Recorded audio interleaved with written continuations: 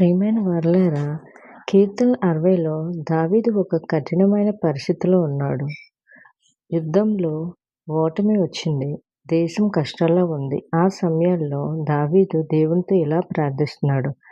దేవా, నీవు మమ్మను విడిచిపెట్టినట్లు అనిపిస్తుంది. మా దేశం కంపించుతుంది. మేము బలహీనమయ్యాము. దయచేసి మమ్మల్ని మళ్ళీ నిలవబెట్టుము అని. ఇక్కడ మనం ఒక ముఖ్యమైన విషయం నేర్చుకోవాలి. జీవితంలో కొన్నిసార్లు మనకు కూడా దేవుడు దూరంగా ఉన్నట్లు అనిపిస్తుంది. ప్రార్థనలకు వెంటనే సమాధానం రాకపోవచ్చు. కానీ దావీదు మాత్రం దేవుని వదిలిపెట్టలేదు. దావీదు ఇలా అంటున్నాడు, మనుషుల సహాయము వ్యర్థము. అంటే మనుషులు ఎప్పుడూ కూడా పూర్తిగా సహాయం చేయలేరు. కానీ దేవుడు మాత్రం చేయగలడు.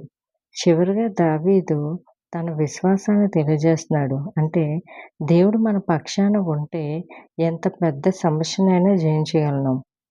మరి మీ జీవితంలో కూడా ఓటమి ఉందా? సమస్యలు చుట్టుముడుతున్నాయా? బాధలతో ఉన్నప్పుడు మనుషుల దగ్గరకు కాకుండా దేవుని దగ్గరికి రావాలి. నిరాశలో కూడా విశ్వాసం కోల్పోవద్దు. ఎందుకంటే నిజమైన సహాయం దేవుని నుండి వస్తుంది. ఆమేన్.